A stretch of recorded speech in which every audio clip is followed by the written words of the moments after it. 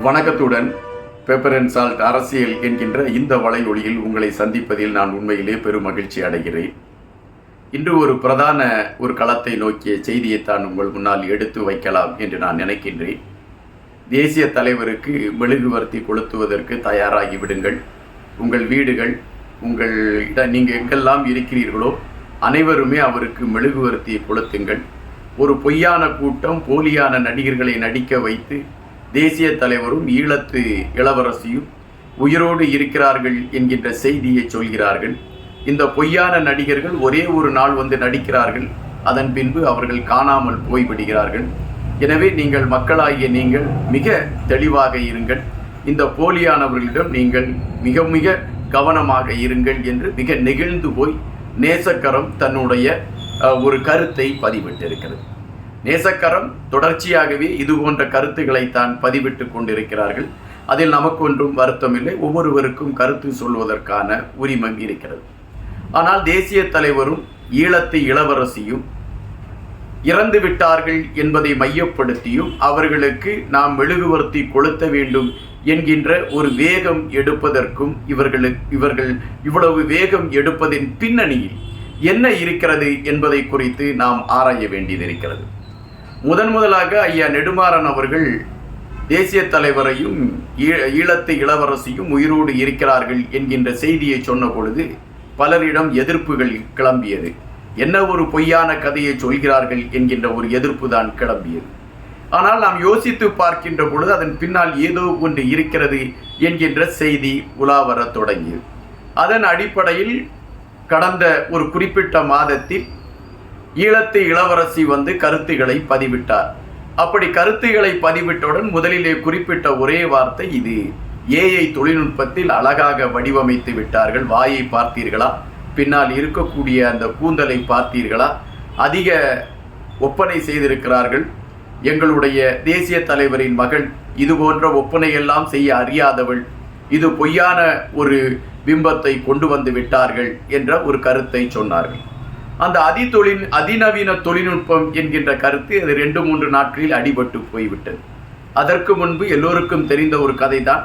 ஒரு குறிப்பிட்ட ஒரு பெண்ணை மையப்படுத்தி அந்த பெண்ணை எவ்வளவு இழிவாக பேச முடியுமே பேசி இந்த பெண் தான் அந்த ஈழத்து இளவரசியாக நடிக்க கூட்டி வரப்பட்டார் என்று அறிவித்தார்கள். ஆனால் அது உண்மையா என்றால் அதற்கு பின்பு அந்த பெண்ணை குறித்தோ அல்லது அந்த பெண்ணிடம் ஒரு அறிக்கை அல்லது அந்த பெண்ணிடம் ஒரு பேட்டி எடுத்து செய்திகளை வெளியிட்டோ ஏதாவது செய்தார்களா என்றால் இல்லை. அதோடு அந்த கதை முடிவு பெற்று விட்டது. தற்பொழுது ஒரு பரபரப்பான செய்தி பல மட்டங்களில் பேசப்படுகின்றது. ஒரு குறிப்பிட்ட மாதத்தில் தேசிய தலைவர் வருவதற்கான ஒரு களம் கூடிக்கொண்டு இருக்கிறது. உலக அரசியல் களம் அதற்கான ஒரு கட்டமைப்பை உருவாக்கி வைத்திருக்கிறது. அவர் வந்து அதற்கான நிகழ்வுகளை கையில் எடுப்பார் என்கின்ற செய்திகளை மையப்படுத்திய ஒரு தகவல் பரவுகிறது. அந்த குறிப்பிட்ட மாதம் எப்பொழுது வரும் என்பது நீங்கள் அனைவரும் அறிந்தது. அந்த மாதம் வருவதற்கு இன்னும் 2 மாதங்கள் தான் இருக்கிறது. அந்த 2 மாதத்தில் வருகிறவர் யார் என்பதை தெரிந்துவிட்டால் அதன் பின்பு நாம் மெழுகுவர்த்தி கொளுத்தலாமா இல்லது வந்திருக்கிறவர் உண்மையானவரா என்கின்ற ஒரு விடயத்தை புரிந்து கொண்டால் நாம் சரியான பாதையில் தான் செல்கிறோம் என்று நாம் முடிவு செய்ய முடியும். ஆனால் அதற்கான ஒரு சூழலுக்குள் செல்லவில்லை. ஒரு குறிப்பிட்ட ஒரு நபர் குறிப்பிட்டார், தேசிய தலைவர் தன்னுடைய மனைவியை தன் கையால் துப்பாக்கியால் சுட்டுக் கொண்டார் என்று குறிப்பிட்டார். அப்பொழுதெல்லாம் இந்த நேச கரம் சார்ந்தவர்கள் அந்த குறிப்பிட்டவரை எதிர்த்து ஒரு வார்த்தை கூட பதிவு செய்யவில்லை. அப்படி என்றால் தேசிய தலைவரை இழிவாக பேசுகின்றவர்கள், தேசிய தலைவரை மிக குறைவாக மதிப்பிடக்கூடியவர்கள் சொல்கின்ற கருத்துக்களை எல்லாம் நேசக்கரம் ஏற்றுக்கொள்கிறது. ஆனால் தேசிய தலைவர் உயிரோடு இருக்கிறார், ஈழத்து இளவரசி உயிரோடு இருக்கிறார் என்கின்ற செய்தியை சொன்னால் மட்டும் உடனடியாக நீங்கள் மெழுகுவர்த்தியை துடைத்து விடுங்கள், இவர்கள் கூலிக்காரர்கள், இவர்கள் துரோகிகள், இவர்கள் மிக மிக அப்படிப்பட்டவர்கள் இப்படிப்பட்டவர்கள் என்று ஒரு அடுக்காக ஒரு தனி மனித விமர்சன கருத்துக்களை வைக்கக்கூடிய வேகம் ஏன் என்கின்ற கேள்வி மனதிற்குள் எழுப்புகிறது. அந்த கேள்விதான் பல சந்தேகங்களை எழுப்புகின்றது. தற்பொழுது ஒரு கடற்படையை சார்ந்த அந்த போர் வீரர் வந்து கருத்துக்களை பதிவிடுகின்றார் ஒரு மேடையிலே. நீங்கள் நினைப்பது போல ஒன்றும் நடக்கவில்லை, மிகவும் நாங்கள் துணிந்து தேசிய தலைவரை காப்பாற்றி இருக்கிறோம் என்கின்ற செய்தியை அவர் பதிவிடுகின்றார். அந்த செய்தியில் உண்மை இருக்கிறதா இல்லையா என்பதை நவம்பர் மாதம் வந்தால் தெரிந்துவிடப் போகிறது. அதுவரை பொறுத்திருக்க வேண்டியது இயல்பு. ஆனால் அதற்கு முன்பு அந்த பதிவை சொன்னவர் அவர் இப்படிப்பட்டவர், அவர் இதனால் இப்படி செய்தார், குறிப்பிட்ட ஒரு தலைவரிடம் வேண்டிக் கொண்டதின் அடிப்படையில் தான் அவர் உயிர் பிச்சை பெற்றார் போன்ற பல செய்திகளை சொல்கிறார்கள். அதற்கான ஆதாரங்கள் இல்லை. அப்படி என்றால் இவர்களை பொறுத்த மட்டில் ஒரு விடயத்தில் மிக தெளிவாக இருக்கிறார்கள்.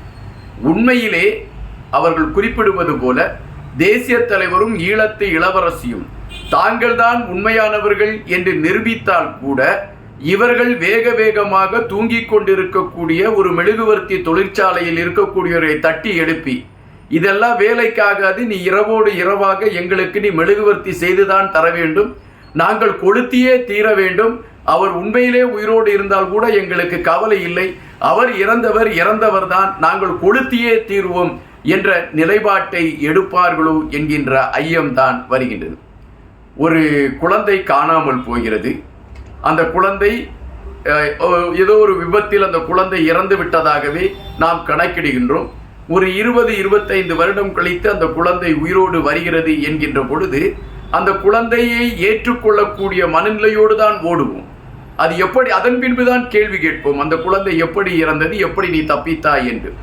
இங்கு அந்த ஒரு களம் கூட கொடுக்கப்படவில்லை. அந்த களத்தை கூட யோசிப்பதற்கு இவர்கள் நேரம் ஒதுக்காமல் உடனடியாக மெழுகுவர்த்தியை கொளுத்துங்கள். முன்பு அதுபோல்தான் டென்மார்க்கில் மெழுகுவர்த்தியை கொளுத்தினார்கள். அந்த கொளுத்தி விட்டு அதோடு முடிந்து விட்டது என்றார்கள். அதன் பிறகு ஈழத்து இளவரசியை மையப்படுத்திய சில விடயங்களில் அவரை அழிப்பதற்கான முயற்சிகள் எடுத்தார்கள் என்கின்ற செய்தியை ஒரு சிலர் சொல்ல ஆரம்பித்தார்கள். அதன் பின்பு அதனாலே அவரை நாங்கள் பாதுகாக்க வேண்டிய ஒரு இக்கட்டு எங்களுக்கு ஏற்பட்டது என்று ஈழத்து இளவரசியை மறைத்து வைக்கக்கூடிய ஒரு நிகழ்வை எடுத்தார்கள்.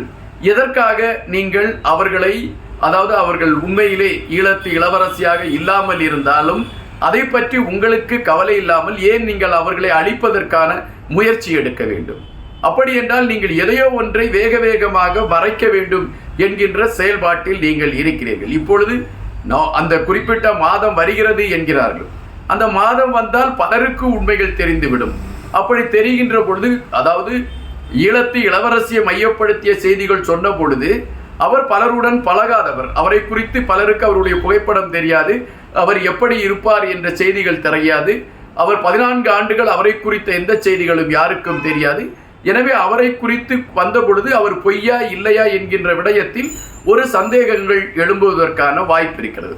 ஆனால் தேசிய தலைவரை மையப்படுத்திய செய்தி வருகின்ற பொழுது நீங்கள் அனைவருமே தேசிய தலைவரை பார்த்தவர்கள், அவரோடு பயணித்தவர்கள், அவருடைய குரல் வளம் உங்களுக்கு தெரியும், அவருடைய பார்வை உங்களுக்கு தெரியும், அவருடைய சுவாசம் உங்களுக்கு தெரியும், அவர் மேனியிலே வீசுகின்ற அந்த காற்று பட்டு வருகின்ற வாடை உங்களுக்கு தெரியும்.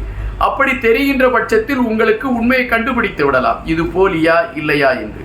ஒரு குறிப்பிட்ட ஒரு பாதியார் குறிப்பிட்டார், இப்பொழுதே ஒரு போலியான தேசிய தலைவரை உருவாக்கி விட்டார்கள் என்று.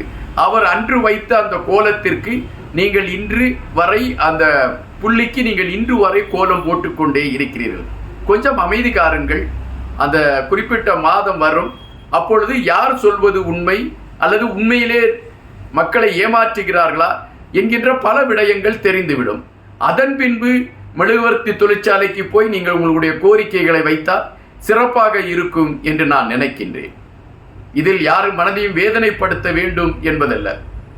எப்படியாவது ஒரு வீரத்தின் அடையாளம் உண்மையிலே உயிரோடு இருக்கிறது என்றால் அதைவிட மகிழ்ச்சி இந்த உலகத்தில் என்ன இருக்கிறது? எனவே அந்த ஆதங்கத்தில் தான் நாம் கருத்துக்களை பதிவிட்டு கொண்டிருக்கிறோம். மீண்டும் உங்களை சந்திக்கின்றேன். நன்றியுடன் இன்பா.